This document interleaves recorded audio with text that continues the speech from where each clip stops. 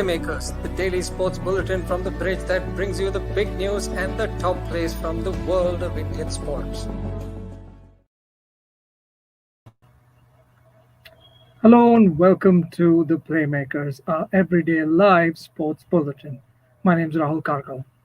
In the Playmakers today, the Commonwealth Games axe falls on some of India's favorite sports, and Delhi is all set to host the India-Germany Hockey Bilateral Series. We begin with news that the Commonwealth Games Federation, or the CGF, has dropped prominent sports such as hockey, badminton, wrestling, and cricket from its roster for the 2026 edition, scheduled to be held in Glasgow, Scotland, from the 23rd of July to the 2nd of August 2026. The CGF announced that a total of 10 disciplines will be part of the Games, down from 19 at the 2022 Birmingham Games. Table tennis, squash, cricket, netball, and road racing have also been excluded to reduce the cost of hosting the beleaguered games and streamline logistics, as only 4 venues will host the entire event. The exclusion of hockey, badminton, shooting, wrestling, cricket, and table tennis is a massive setback for India's medal prospects, as these sports have traditionally been the country's biggest medal winners at the Commonwealth Games.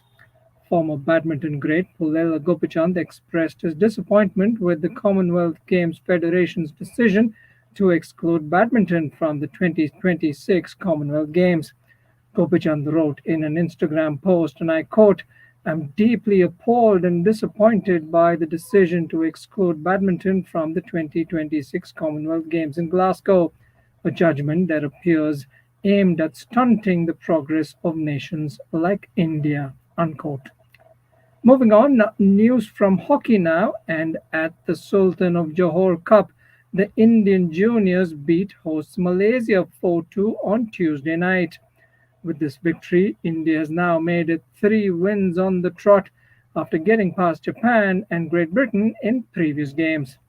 Staying with hockey, the Indian senior men's hockey team is all set to take on Germany in a 2-match series to be played at the Major Dhyan Chand Stadium on the 23rd and the 24th of October.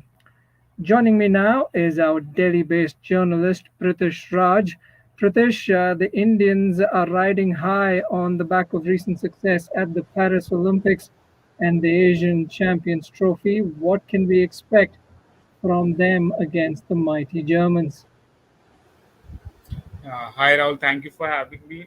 So, India is expected to win both the matches in my view because Germany has come up with a very young team. They don't have their main players, the team that won silver medal at the Olympics. But nevertheless, it's a big occasion, especially the sport has returned to the national capital after a wait of 10 years. Last time an international game in Delhi was played in 2014 when Hockey World League final was played. So it's a big moment, and India has named few youngsters who are very exciting to watch. Like Rajinder Singh is there in midfield, Aditya Lal again is there in the forward line. So those are some players to keep an eye out on. And as Craig Fulton mentioned, that this is the transition period, and he's looking to build a new core for the next World Cup and Olympics. And any predictions from you as far as the outcome is concerned for the 2 games? As far like for what it looks to me right now, I think I'm expecting India to win both the games. Well, let's hope that the Indians live up to your expectations, Pritish. So, quite clearly, the German might versus Indian form, and this should make this an interesting series. Pritish, thank you for that update. Thank you. That was Pritish Raj, our Delhi-based journalist, and you can follow the live updates from that game tomorrow on thebridge.in. News now from football, and the All India Football Federation and the ISL have served a notice potentially imposing a rupees 1 lakh fine on Mohammedan Sporting Club for the fan violence during the club's 2-1 defeat to Kerala Blasters in an ISL game last week at the Kishore Bharti Krirangan in Kolkata. The club's fans threw bottles, stones, projectiles, and wooden logs onto the field in an apparent protest for what they deemed was a penalty not being awarded to Mohammedan Sporting. The club has been given 4 days to respond to the notice. While the rupees 1 lakh is the minimum fine for such an offence, the AIFF and ISL have left the door open for increased sanctions if such incidents were to happen again or if more evidence or aggravated misconduct is revealed.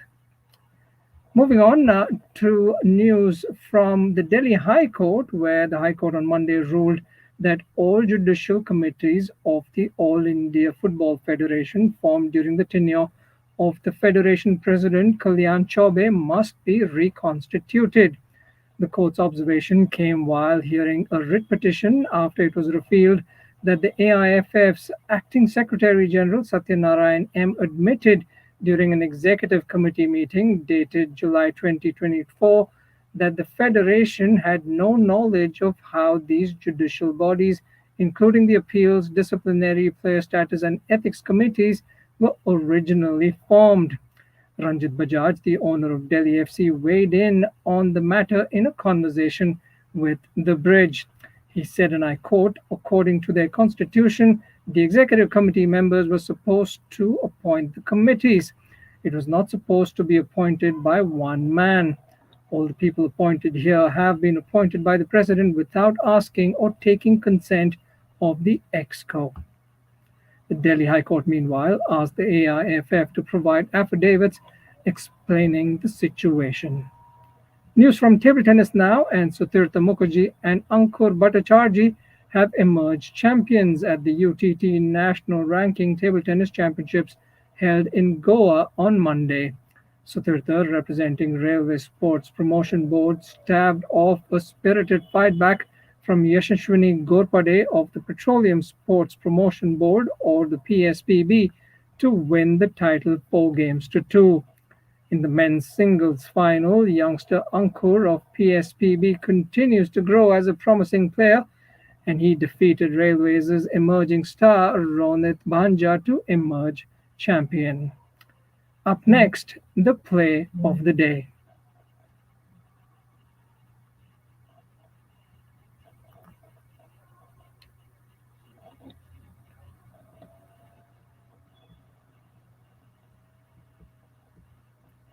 And finally, our play of the day comes from India's 4-2 victory over Malaysia at the Sultan of Johor Cup on Tuesday.